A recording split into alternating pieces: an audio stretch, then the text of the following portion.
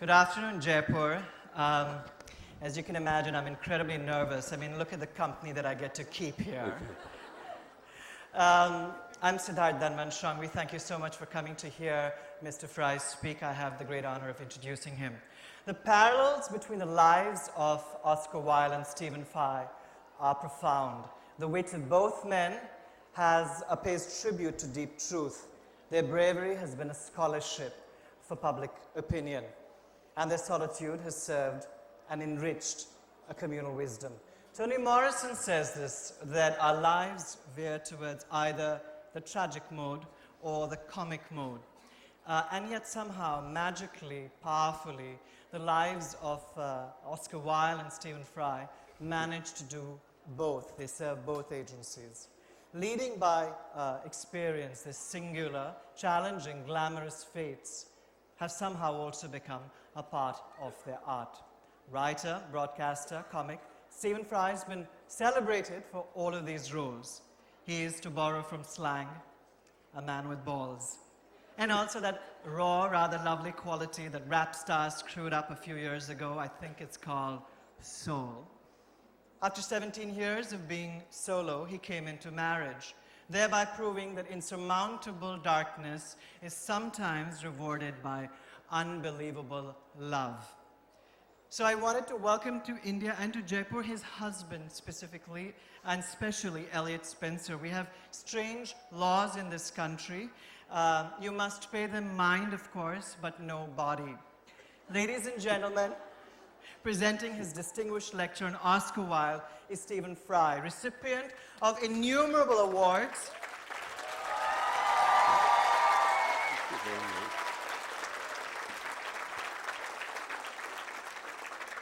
But anointed, as of this afternoon, JLF's Mr. Spectacular, pulling every ace in the pack for you. Welcome, Stephen Fry. Thank you very much.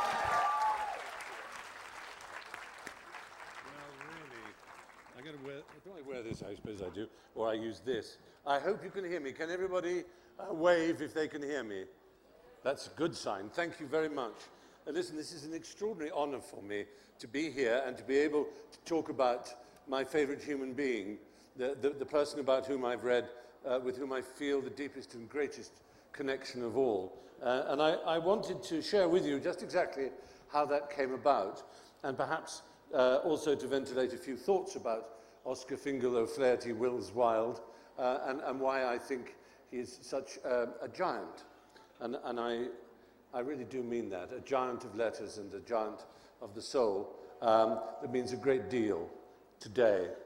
But it began for me, it's going to be very hard for you to understand this. I grew up in a very remote part of the world. You won't really have a...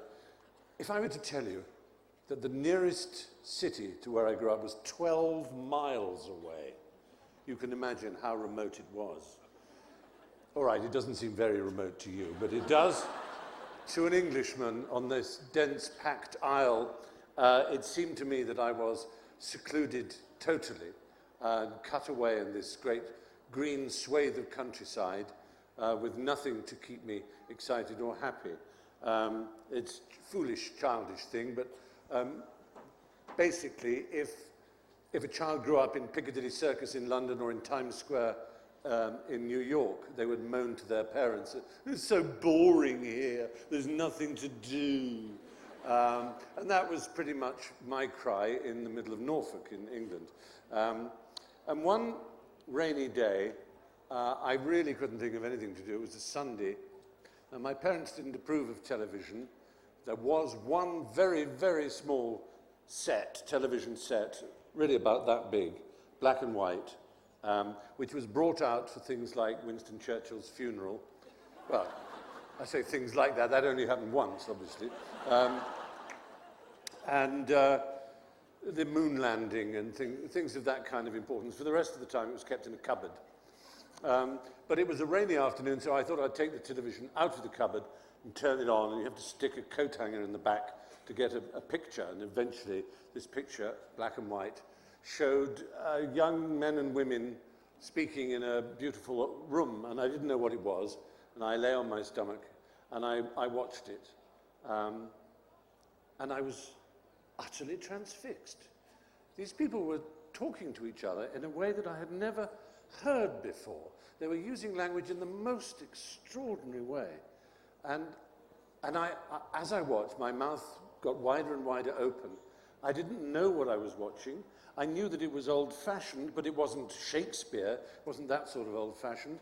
I just couldn't work out what could be going on. And at one point, a young man says to a young woman, "I hope I will not offend you, Cicely, if I state quite openly and frankly that you seem to me to be in every way the visible personification of absolute perfection." And it was as if I'd been struck by a cannonball. I almost physically moved backwards. I gasped. How can someone use words like this when talking to someone? How can that be? And there was more and more of it. And anyway, it finished, and I rushed to Mrs. Riseborough, who was my parents' cook. And I said, "Mrs. Riseborough, would you be in any way offended if I said that you seem to me to be in every way the visible personification of absolute perfection?" And she hit me with a rolling pin. And I then moved on to find my mother and said, "Mummy, would you be in any way offended if I said that you seem to me to be in every way the visible personification of absolute perfection?" And she said, "Darling, what are you talking about?" And I explained, I said, "It's this thing." And there was this young man, and there was this awful old woman who said hilarious things and took her gloves off in the slowest way I've ever seen. And they just all spoke to each other, and it was so funny. And she said, "Oh, that was the importance of being earnest, darling." And I said, well, what is it? She said, "Well, it's a play. It's a comedy, a 19th century Victorian comedy by someone called Oscar Wilde." And I said, "Well, do we have a copy of it in the house?" And my parents, very literary sort of people, my mother historian, my father a physicist, but they'd had a fire a bit earlier on, and a lot of books had been destroyed, and it turned out their collection of plays and things had also, the microphone's amusing, I'm not turning it on, it's getting droop every time I look at it, it's very sad. Never mind, yeah, I'll go and look through some pictures and I'll, oh, never mind, there we are, it's all right. So now, because I was so remote, because our house in the country was so far from the nearest city, 12 miles, let me remind you, we had this marvellous thing that the Norfolk County Council had instituted, which was a mobile library. Beautiful old van of the kind they used to call a pantechnicon, and it would lumber around the lanes of rural Norfolk, and all you had to do was wave at it to stop it, and you'd get on and you could borrow some books, and then you'd bring them back the next week or whatever. Anyway, my mother suggested I do that to get hold of the text of the importance of being earnest. So I went to the meeting of two lanes, and I waited for the van to come into view, and it stopped, and the driver got out and went round the front and down to the side, where he opened the side door, let down the steps, patted my bottom up into the van, which people were allowed to do in those days without too many court cases. And I got onto the van, and there was a lovely old lady with beads and a droopy cardigan and powdery soft cheeks and spectacles on the end of a chain. And she said, "What can I do for you, dear?" And I said, I would like to read The Importance of Being Earnest by someone called Oscar Wilde. She said, "Well, let's have a look." And she went, there was a little shelf of drama, J.B. Priestley and Noel Coward maybe, and Shakespeare and Bernard Shaw. And there, sure enough, was the one-volume edition of the 4 comedies of Oscar Wilde, The Importance of Being Earnest, A Woman of No Importance, Lady Vandermeer's Wind, and An Ideal Husband. And anyway, I took them home. She stamped them out. I don't know if any of you are old enough to remember that springy, spanking noise of a library stamp as it hits a page. It's a beautiful noise, probably one we'll never hear again in the world, but for some of us it meant just the most fantastic joy to come. So I rushed home, upstairs, lay on the bed, and I read these plays, and I read them, particularly The Importance of Being Earnest, which I sort of learned off by heart, to be honest. And then I took the book back, and I said to the librarian, I said, "Have you got anything else by Oscar Wilde?" She said, "Well, let's have a look, dear." And she found this big, thick book, which was the complete works of Oscar Wilde. So I took that home, and I read as much as I possibly could, and much of it I didn't understand. There were political essays and The Truth About Masks, The Decay of Lying, Soul of Man Under Socialism. But there were wonderful children's stories, the Happy Prince, The Young King, The Fisherman and His Soul, Remarkable Rocket, The Selfish Giant. These marvelous stories for children that had me crying and crying and crying. And I was just obsessed. This man could write like no one had ever seen could write. I ought to tell you that I was very bad at sport. I was 11 years old, I think, around this time. Terrible at sport. I couldn't catch a ball, couldn't hit a ball, couldn't run in a straight line at any rate. I literally would run into trees. Pathetic. I couldn't sing or play a musical instrument. I couldn't paint or draw. So what this sudden discovery made me think was possible was that rather than a life of anonymous nothingness because of having no talent, this very thing I'm using to you now, this ordinary thing, language, we say I want another bowl of Rice Krispies. It doesn't seem like much of a thing. It's just words put into someone's ear in order to get something out of them. But in Oscar Wilde's mouth and with his pen, they became something utterly transformed. They danced. They fizzed. They had a life that was akin to dance or art or painting or music. And it was, you didn't need to buy special paintbrushes. You didn't need to learn what an augmented fifth was. You could just use the same language that you've been using all your life, but use it paying attention and making every time the tip of the tongue hit the back of the teeth, it was a joy. It was something to be celebrated. It sounded like sex. It sounded joyous and exciting and thrilling, and you could own it. It was yours. Language. It didn't belong to anybody else but you, and yet it did belong to everybody else. It was the most marvelous thing in the world. So that was the first window, the first that was opened to me by reading Oscar Wilde. But it got a bit interesting because I took that book back to the library after several weeks of keeping it, and I said to the nice lady with the powdery cheeks and the droopy cardigan, I said, well, what else have you got? She said, well, look at that. That says the complete works, doesn't it? I should think that is the complete works. So I said, well, but is there anything else about him? Maybe a biography, something. I'd love to know more about this man. And she looked at me curiously and she said, how old are you? I said, well, I'm much older than I look, I said. I go into adult films and everything. And she said, well, and doubtfully, she led her way to a book, and it was called The Trials of Oscar Wilde, by someone called L. Montgomery Hyde. And I thought that's an odd title. I suppose if it's about someone's life, people's lives have trials and tribulations. I didn't really take it literally to mean actual trials in court. Didn't know what it meant. So I took the book home, and I started to read it, and oh my goodness, it was wonderful because I read that this Oscar Wilde, whose language I loved so much, was a glorious man. He had a group of friends, and his sense of friendship was almost as great as his sense of language. He was a genius for friendship, and he was a bright star in the firmament of Victorian literary London, a brilliant, extraordinary man. And then this dark note started to enter the story, a very terrible dark note. And Oscar Wilde fell like some noble animal torn apart by dogs. He was torn apart in the court of law. He was utterly disgraced, and he was sentenced to 2 years hard labor in prison, a sentence that his own lawyer had told him no man of your class is expected to survive. And I was reading this, and I was trembling. And I still tremble today when I think of it, the scale of the scandal, the absolute final horror of it, the destruction of a man's name and reputation and health and freedom.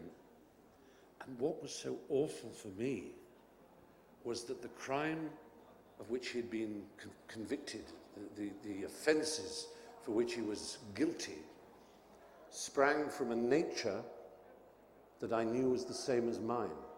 They were to do with a particular kind of love. In court, there was a poem read out called The Love That Dare Not Speak Its Name. And it was that love. And I knew in myself that this was me, and that I shared with this wonderful man this terrible curse. It brought him down to total destruction. And I suppose it would me too, because it was illegal to have these impulses in one, and the world would bray and sneer their contempt, their hatred. You would become a pariah. You would have to escape somehow. It would all be too awful. So learning about Oscar was a brilliant thing and a marvelous thing, as I've said about language, but it was also a terrible thing, and I had to know more. So we'll go a little forward, if you like, to my school days, because this all happened in the school holidays, and I was at an English private school. It used to be that if I was somewhere and I was trying to explain an English private school, it was very complicated. I'd have to talk about the house system and how it worked and what the difference between a housemaster and a headmaster was. But fortunately, Joanne Rowling, J.K. Rowling, has made everybody understand the English private school system. So all I have to do is tell you that I got onto the Hogwarts Express, and I went to Hogwarts, and I was a member of Hufflepuff House, and that's where I had my being. But by this time, I had additional knowledge about myself, about the society into which I was going to be propelled after school, and about the fact that there was this secret circle of writers, because I'd begun to read around Oscar Wilde and about his circle and his friends like Robbie Ross and Reggie Turner and William Rothenstein and so on, and out into Max Beerbohm and out further into American and European writers. And so I'd accidentally given myself a kind of education in literature because of my appetite, my thirst, my need to understand what happened to people like me. At school, therefore, I tried on some of Oscar's verbal clothing, not his physical clothing, the velvets and the knee breeches, but I did try to be witty, and it usually ended up with me being hit hard in the face. But I soon learned to cope with that as well. So you get a schoolmaster who would see you running along and go, "Late, Fry," and I'd go, "Really, sir? So am I." Don't get clever, Fry. All right, sir. How stupid would you like me to be, sir? Very stupid or only slightly stupid? But the one here, and there may be some of you young enough to suffer from bullying, or some of you may have children and you worry that they may be bullied at school, and you can use Stephen Fry's patented solution to being bullied, which is, I used to say to bullies, no, don't hit me, you'll give me an erection. Oh, bloody hell.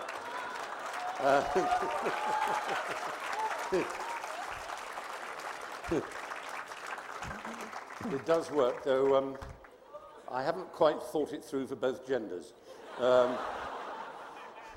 Not my area, sorry, I have to go to someone else.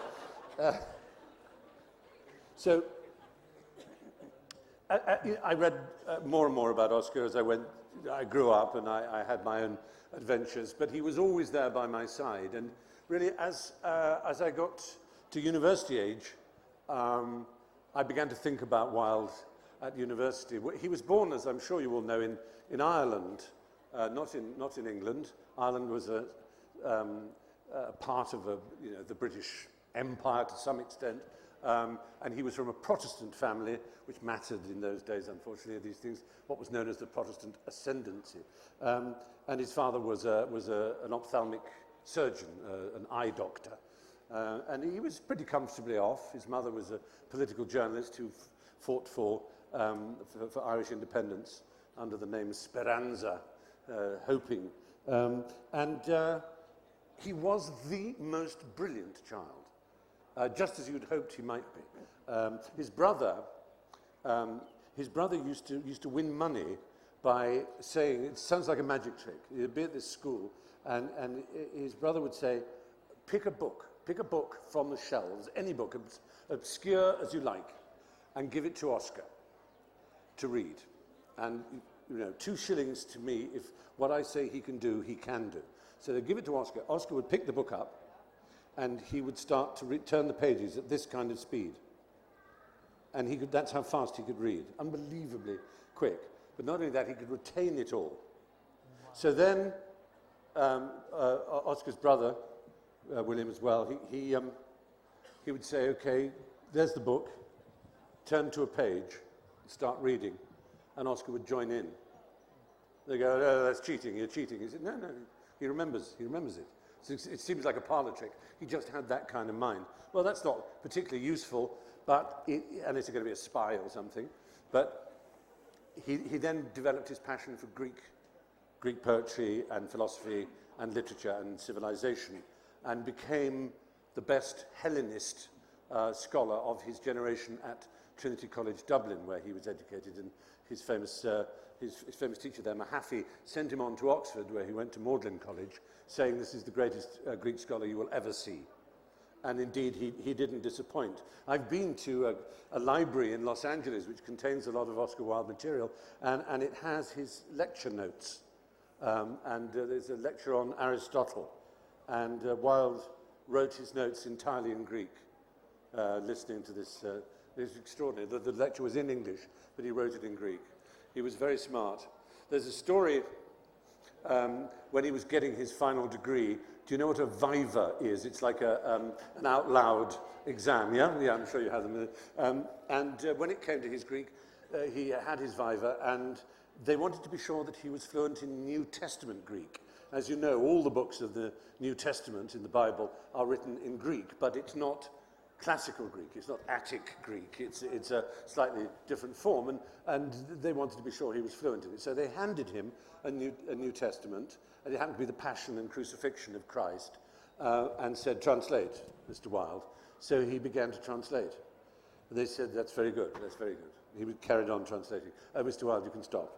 He carried on translating. He said, Mr. Wilde, will you stop? He said, oh, please let me go on. I'm dying to see how it all turns out. And so he started to make a name as being someone a little bit disrespectful, if you like, of the Victorian norms that were so huge at the time. This was the height of the Victorian high church, indeed Oxford movement, Anglo-Catholic and Catholic religious fervour, and the self-righteousness, if you want to call it that, of the Victorian sort of public domain. And he was different. He had read a lot of Walter Pater and John Ruskin, Oxford intellectuals, who talked about the importance of beauty in life as a moral thing, not as just an ornament, but as morally important.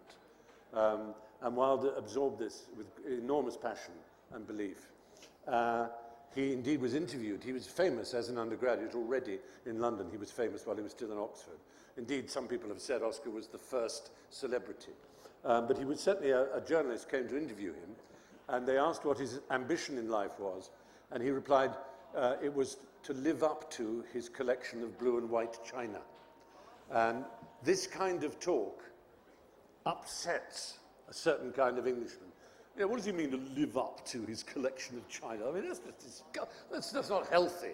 What kind of person says they want to live up to a collection of china? So a group of rugby players went up the steps to beat Oscar up, and most importantly, to trash his collection of blue and white china.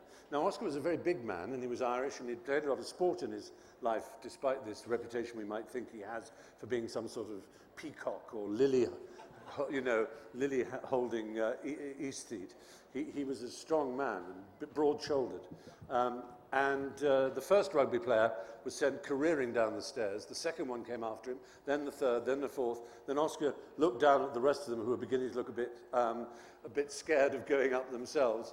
And he said, well, if you want to carry on playing this game, we can. Or you can come up like well-behaved young gentlemen, and I shall make you toast and tell you stories. And they all came up meekly and sat down by the fire, and he told them stories.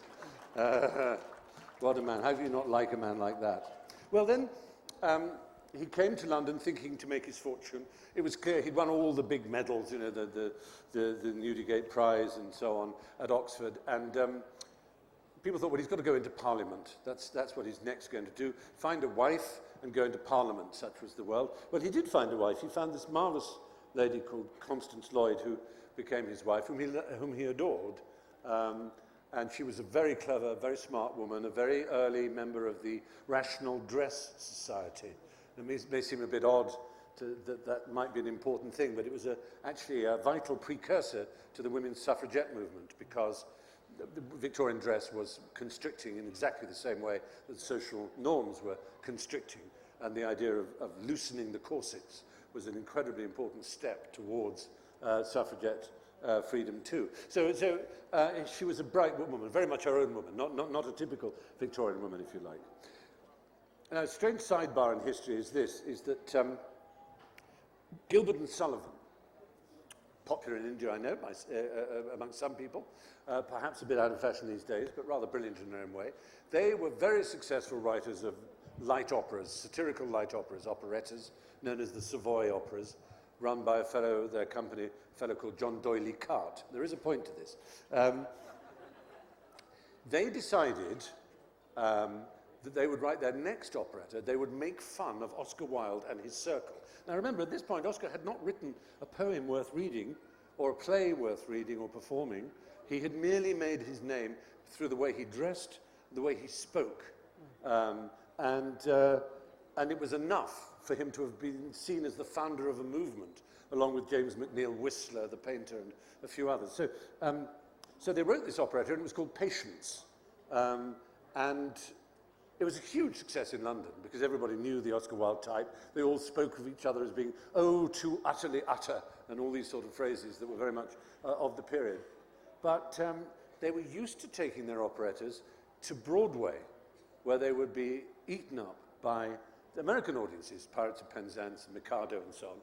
But how would they ever, the Americans, like Patience unless they had some knowledge of Oscar Wilde? So D'Oyly Carte, who was a smart fellow, he said, Oscar, I will pay you a vast sum of money, by today's standards. I will pay you a vast sum of money for you to go to America and give lectures.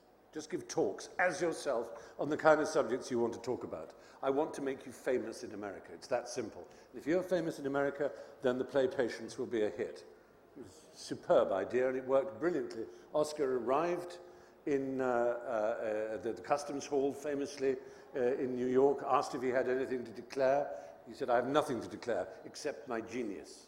And that was a good start. Americans were very curious about anyone who came from the old country. They were still so proud of their country. They wanted to know what everybody who visited thought of it.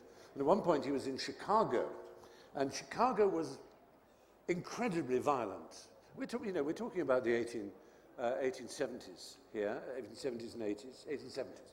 And that had the Civil War in America, the most violent civil war in the history of the planet in terms of internecine blood-on-blood strife. Nothing had been seen like it. And now they were having the massacres of Indians in the West, violence in all the frontier towns, the pioneer towns of the West, and they were having the beginnings of gang violence in New York and Chicago.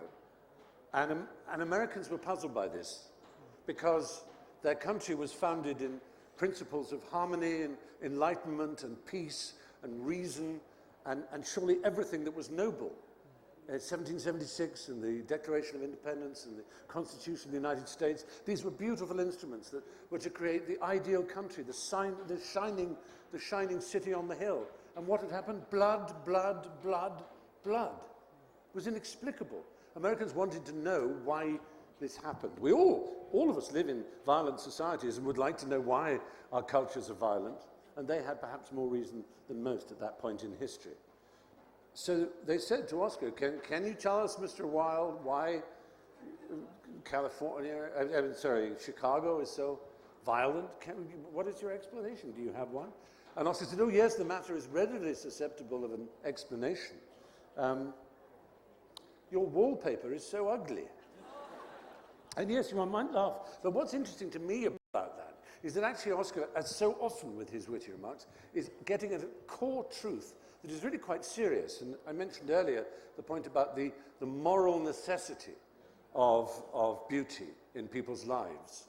And he might have put it like this. If you look out of a window anywhere in the world, Rajasthan, Alaska, Tierra del Fuego, the Yorkshire Dales, Mongolia, it doesn't matter where. You look out of a window, if there's nothing there built by man, it is always unconditionally beautiful. The nature of the world we were born into is beautiful. We all know that. But as soon as there are things made by man put in the way, very often they are quite appallingly ugly. Imagine young people growing up in places that are ugly, thinking their species, their race, is only capable of uglifying their world. It is not a recipe for a peaceful people or a happy people. It's a recipe for a neurotic, anxious, and potentially violent people. And yet we know we can create beauty. You've only got to go to Venice or indeed Jaipur to see that beautiful architecture is quite within our province. So the idea of the moral imperative of beauty is not pie in the sky. It is actually very serious and important, and a very important part of what Oscar stood for.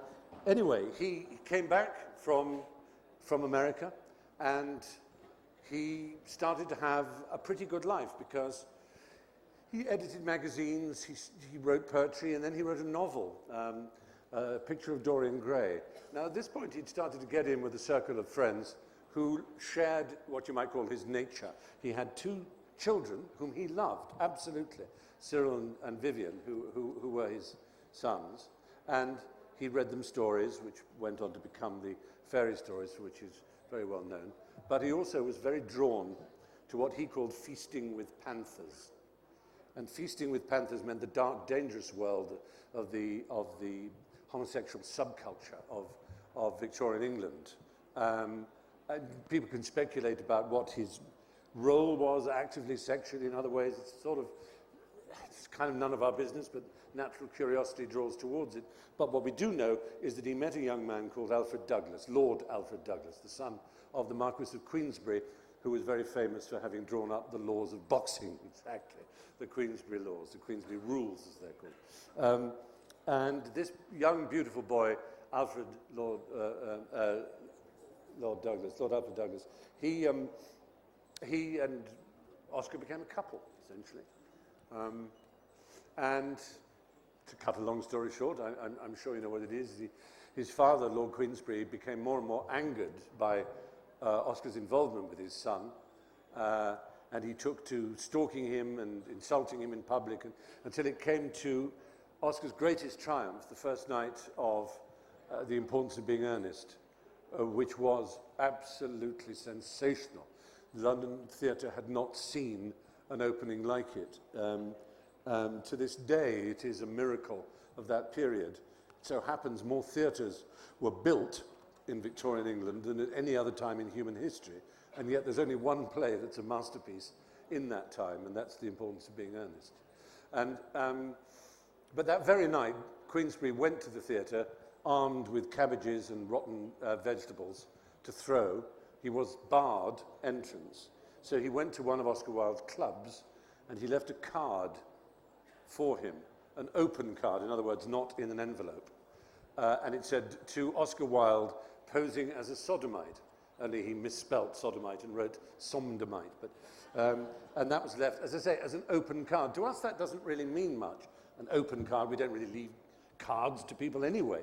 But the fact that it was not in an envelope meant it could be read by the club servants. It could be read by anybody. And it constituted, in law, it constituted potentially at least a libel. And because it was a public written utterance. Now, Wilde should have just ignored it, because if it was only the servant at the club who read it, there was hardly any harm done. And anyway, it said posing as a sodomite. It didn't say, you are a sodomite. But Alfred Douglas hated his father, and he pestered Wilde and pestered him and pestered him, and said, take him to court, take him to court, take him to court. So eventually, Oscar sued Queensberry for libel. It was the most disastrous thing that could have been done. It was really inconceivably foolish, because the evidence was so overwhelming that Wilde had led some sort of a dark, difficult, dangerous life in law, at the very least. And what none of them had expected, they thought they would defend the libel by saying he didn't mean it or something.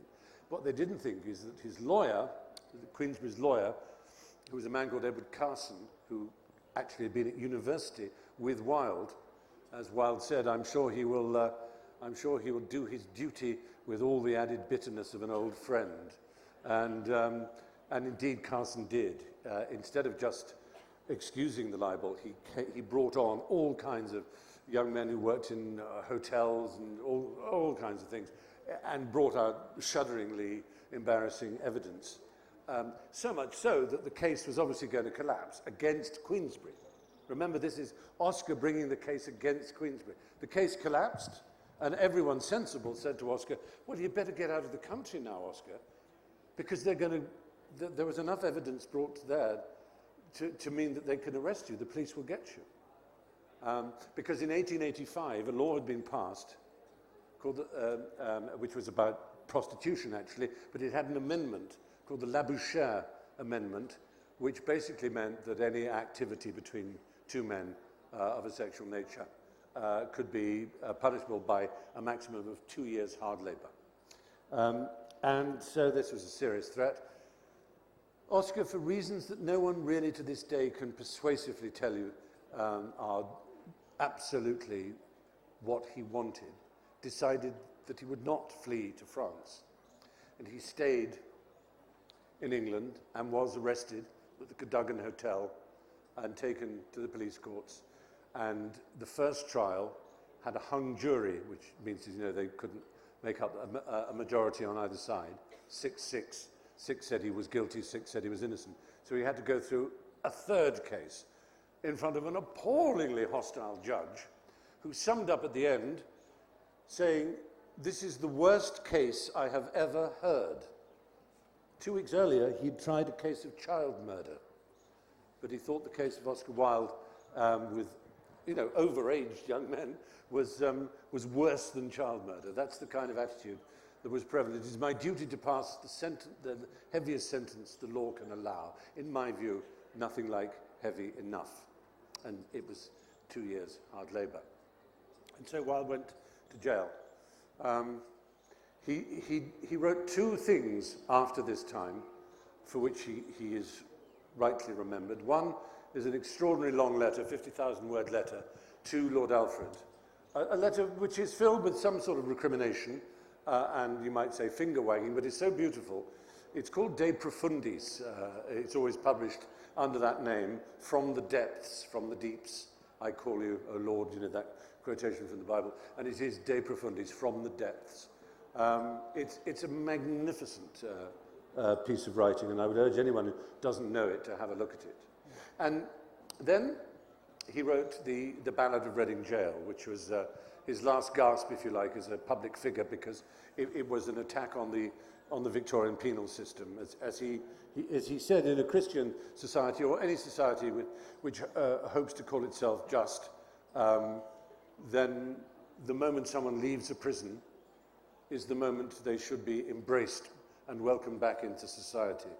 In England, when you leave a prison, that is when your sentence truly begins, which is a very wise comment. Winston Churchill, funnily enough, many of you might not have thought it a typical Churchillian remark, once said you can judge a country's instincts for civilization by the way it treats its prisoners. So Churchill and Wilde had a strong view that there was something nasty in the judicial system, but he did survive it. He was much stronger than people thought. And he left England finally and went to France, to Paris, where he had a very unhappy final few years, to be honest. He was reunited with Bosie, and that's Alfred Douglas. That didn't work well at all. He really just drank a great deal, absinthe and alcohol, tried to write a bit, borrowed money from people, was horribly treated by the British. If he was in a hotel in Paris, and a British couple would see him and complain to the management that swine Wilde was in the hotel, and he would be kicked out into the street. He was a totally despised and rejected figure, and he died in some agony in the year 1900, aged 46, and he had very, very little going for him, he imagined. He thought, I think, that his name would forever be associated with this crisis. He thought that he would always be a figure of horror and disgrace, a figure of calumny, and I don't think it ever occurred to him that something else, something quite remarkable, something actually miraculous would happen. And this is what pleases me so much about the era in which we live. We all rightly worry about what goes on in the world.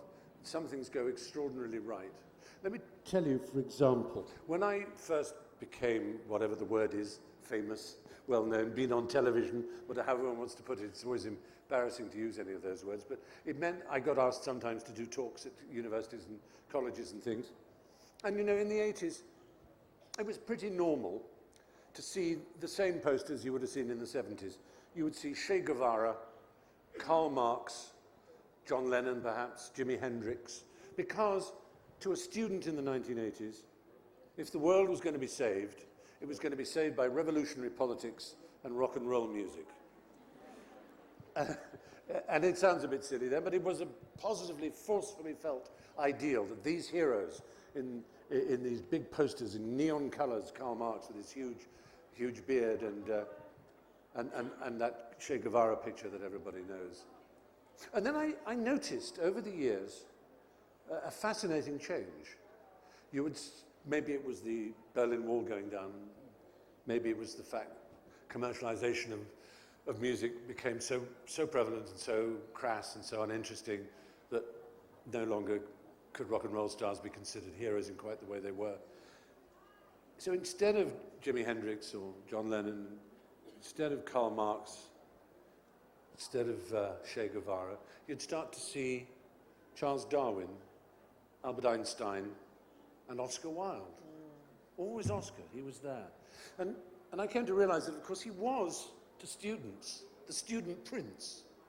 He was the Prime Minister of Bohemia. He was the man who stood for a life outside bourgeois norms, a life of difference, whether it's sexual or political or creative or artistic. If you just want to say whose side you're on as a student, and it happens to be that you're on the side of writers and artists, then Oscar Wilde is a very good shorthand for exactly that. That's what he says. And Einstein says the life of the mind, because not rock and roll music, not revolutionary politics, but the life of the mind is going to save humanity. That's what the poster of Einstein says. Even if you can't even recite much more than E equals MC squared, you know that lined humanitarian face, those mischievous eyes and that wonderful brow speak something great about the human brain and human possibilities. And Charles Darwin too, with that wonderful furrow and the huge beard, they all say something too about scholarship and the penetration of ideas and engagement with the world and the reality that's within every student to be able to be a part of that adventure. And I now see Oscar, of course, on the carrier bags of bookshops everywhere in the world. I used to collect photographs of doing exactly that. So my God, he's in Romania, he's in New Zealand, he's in Finland, he's in Peru. There's Oscar in the bookshop. There's a big picture of Oscar. Why Oscar? Why? Because I think of everything I said, because we want to bestow our allegiance on our idea of him. Of course, he was a flawed and a frail human being in many, many ways. But the very horror of his fall, the gigantic nature of the cataclysm of his disgrace and his imprisonment, mean that you can forgive him his faults much more than most, because he paid for them more than most. In that sense, he's almost, if one dare say it, a kind of messianic figure with disciples and with those who betrayed him and those who didn't. And then I suppose what I'd leave you with before I hear some of your questions, I'd leave you with this thought that I used not to be able to repeat to friends without crying, because it's so fabulous. Here's this man who believed when he died that his name would be toxic for generations to come, for hundreds of years. His works wouldn't be read. He would stand for nothing but perversion, utter disgust of a society that couldn't bear people like him. Well, 2 years ago, the Irish government and the French partook and shared in the restoration of his sarcophagus, his tomb, in Père Lachaise Cemetery in Paris. And it had to be restored because the polished stone of its surface had corroded through kissing. Thousands and thousands, yeah.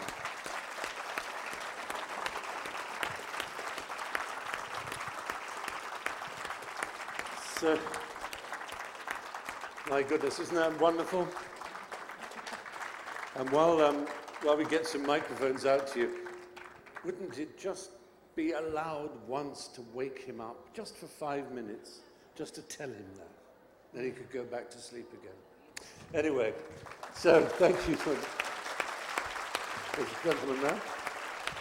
Thank you so much for listening. Believe me, it's thanks. Thank you. Thank you very much. Oh, thank you. Thank you. Thank you so much. You're very kind. Thank you. Oh, bless you. Thank you. That is so sweet of you, honestly. Believe me, it's no penance ever to talk about Oscar. It's always the greatest pleasure. Have we got time for a few? Yes, we have. 15 minutes. We've got 15 minutes. And so if you'd like to sit down and then put your hand up and we'll get microphones to you. And Mr. Fry, just before we start, what we're doing is 30 seconds and per person and questions. No comments, observations. You can save that for later. Just go ahead with your question. Mr. Fry is right here. The only question, brief questions. Yes. Good evening, Mr. Fry. Hello. First of all, happy anniversary to you and Elliot Spencer for your first wedding anniversary. Wishing you many more blissful years ahead. Thank you very much. Thank you. That's very kind. I actually want to talk about your book, Hippopotamus, because just like you talked about your Oscar Wilde moment, for me, it was reading the book Hippopotamus, because that's ingrained in me, this belief that form over everything. So my question is, beyond the obvious wit and the warmth that you that oozes in your writing, I want to know what's your mindset? I basically want to demystify your writing approach, especially for the book Hippopotamus, because I hardly hear about this particular book. Everybody talks about your memoir. But well, I would thank you for the question. I'll let you into a secret. The Hippopotamus is my favorite of all my books, so I'm very delighted to hear that it has touched you. I can tell you this news, for good or ill. I don't know yet because I haven't seen it, but a film has just been made of it, which is opening, I think, in April in the United Kingdom. Who knows what it would be like. I don't know how easy it is for me to answer the question of what my mindset is when I write. I think, although I am a rationalist, well, no, not a rationalist, I'm an empiricist, I,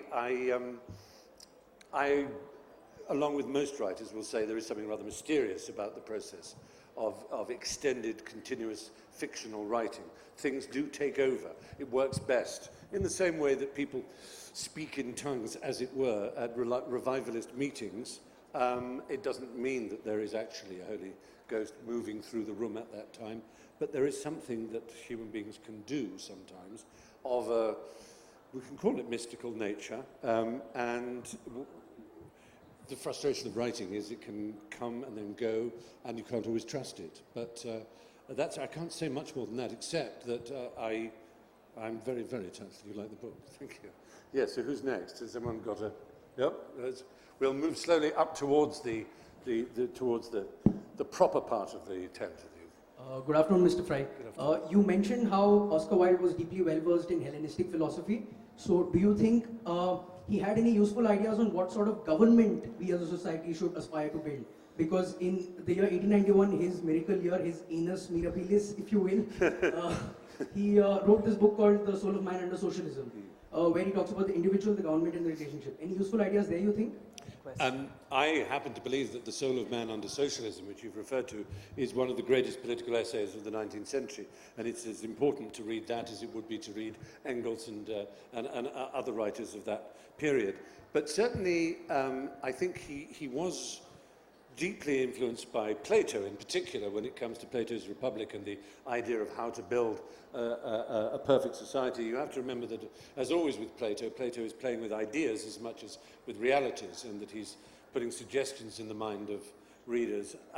I think Wilde had a sympathetic imagination that is an incredibly important part of being an artist and should be an incredibly important part of being a politician or a statesman, that in order to imagine what it is to be poor, and he writes in The Soul of Man Under Socialism quite brilliantly about, and paradoxically of course, which is his manner, about the nature of poverty and how foolish liberals are, oddly enough. And as a liberal, I feel tortuous with guilt at precisely the kinds of things that he writes. But I would urge people who don't know him as an essayist to read Wilde as an essayist. Thank you for the question.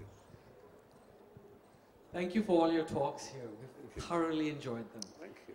What would your dream dinner party guest list be? I can guess one guest. Yes, well, I think I meant to mention this a couple of days ago, but Disraeli, Benjamin Disraeli, said that there are two types of brilliant dinner guests. There's the kind whose talk is so fantastic that when you leave the table, you feel 1 foot tall, because you can never match up to him. And there's another kind whose talk is so fantastic that you feel 7 foot tall, because he's made you, he's drawn you up to his height or her height. And in that sense, like Falstaff, Wilde was like that, not just a wit, but a cause of wit in others, which is a marvelous thing. It's the greatest compliment you can pay. So I'd certainly, of course, have Oscar. I'd want, as my other wit, if I could have one, I'd want Dorothy Parker, because I like good bitchy humour. You can never beat some of this. One more drink and I'll be under the host. If all the women of this party were laid end to end, I shouldn't be a bit surprised. She was just wonderful. But Churchill, I could give you Churchill stories till the crack of doom. Actually, I'll give you some, because they're interesting. One is in the 1950s, when he was Prime Minister again, and quite an elderly man by this time, he was woken up in the morning, very early, by a secretary.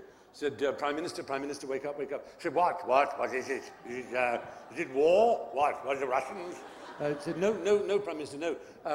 Unfortunately, one of our backbench members of Parliament, one of our squires from the Shires, was caught last night by the police with a young guardsman in flagrante delicto, which is Latin for with his knob out. And he didn't say that, obviously. And Churchill said, last night?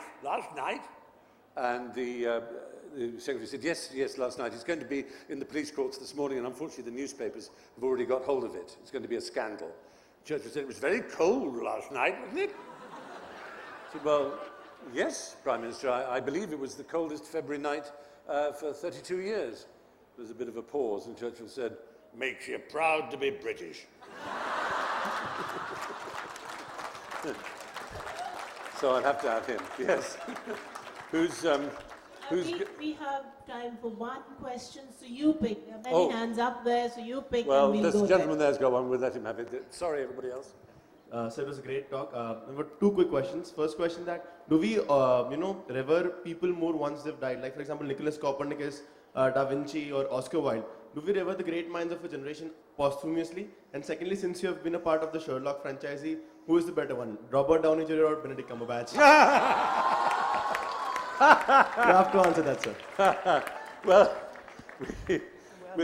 I'll just give you, as you mentioned the Sherlock Holmes thing, they are both beautifully brilliant in their own way, and I would feel so guilty publicly choosing one over the other. But there is a marvellous connection between Arthur Conan Doyle, the creator of Sherlock Holmes, and Oscar Wilde, and a man called Stoddard, who was an American, a very ambitious American publisher, who published a magazine called Lippincott's magazine. And one day, he summoned to dinner two writers, Arthur Conan Doyle and Oscar Wilde. He said, now you guys, you're great writers, you know. I think you should both be able to write a story for me, for my magazine. And you know what writers are like, they won't do anything for anyone. But somehow this guy must have been amazing, because he'd, a year before, got Kipling to write The Light That Failed. And this time, just this one dinner, the Langham Hotel, he got Arthur Conan Doyle to write his second Sherlock Holmes story, A Study in Scarlet, and, A Sign of Four, and he got Oscar to write a picture of Dorian Gray. So it's a bit good, isn't it? So he was pretty wonderful. So I'm sorry there can't be any more questions, but I will just quickly, I'll finish on an image that I have of Oscar, which I always rather like. The chances are you may not get many opportunities soon to visit New York City. But if you ever do find yourself in New York City, there is a little trick you can play on Fifth Avenue, which, as you may know, goes downtown. It's a one-way avenue that goes downtown. As it passes 34th Street, 33rd Street, there's a big block. It's taken up by one building, a very famous building, the Empire State Building. For many years, the tallest building on Earth.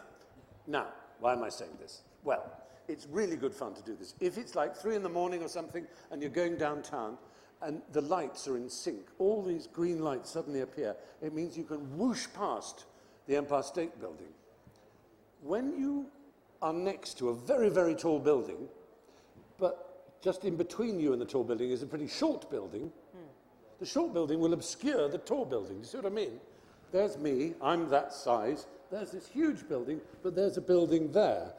And of course I can't see the top building. It's pretty obvious, it's a kind of parallax thing. You see what I mean? So you're very close to the building, you can't actually see it. There are all these pygmy buildings that are too small. But get in the cab with the lights in your favor as you zoom all the way down to Herald Square.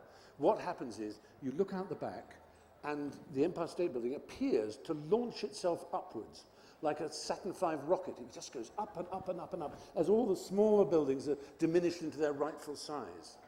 And in 1900, when Oscar Wilde died, this giant of letters, this supremely kind, wise, beautiful man, was obscured by these tiny little things next to him whom we can't even remember, writers and poets and authors and critics whose names have rightly vanished into the dustbin of history. And as each decade has passed, and we have moved further and further until now 110, 115 years past his death, he is giant, he's bigger than ever.